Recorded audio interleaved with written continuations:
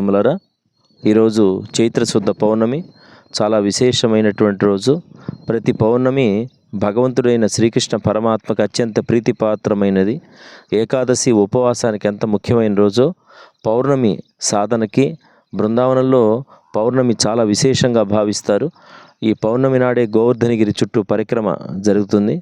పౌర్ణమి నాడే మహారాస క్రీడ జరిగిందని చెప్తారు. అటువంటి మహాపర్వదినం. ప్రతి పౌర్ణానికి అఖండ హరినామ సంకీర్తన ఏకాహం 24 గంటలు, ఎన్నో పౌర్ణాలు ఆ విధంగా జరుగుతూ వస్తున్నది.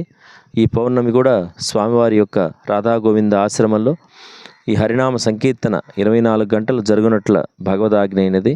కావున యావన మంది ఈ పౌర్ణానికి అందరూ వచ్చేసి స్వామివారి సంకీర్తనలో పాల్గొని భగవంతుని ప్రసాదం స్వీకరించి స్వామి కృపకు పాత్రులవుతారని ప్రార్థిస్తున్నాం. ఈ యొక్క పౌర్ణానికే గుంటూరు శ్యామలానగర్లోని శ్రీ రాధా గోవింద మందిరం వార్షికోత్సవం జరుగుతుంది. ఈ రోజున స్వామికి పంచామృత అభిషేకం.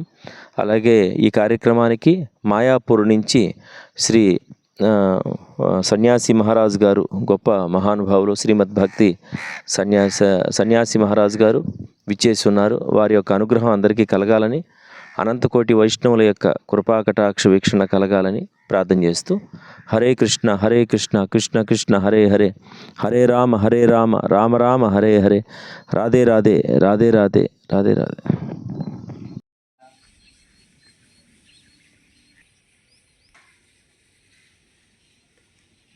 దినం నాడైనా ఏ సంకీర్తన ప్రారంభించేటప్పుడైనా గోపూజ చేయటం అనేది ఆనవాయితీ.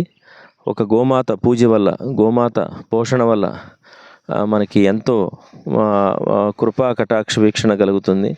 అటువంటి గోపూజ చాలా విశేషమైనటువంటిది.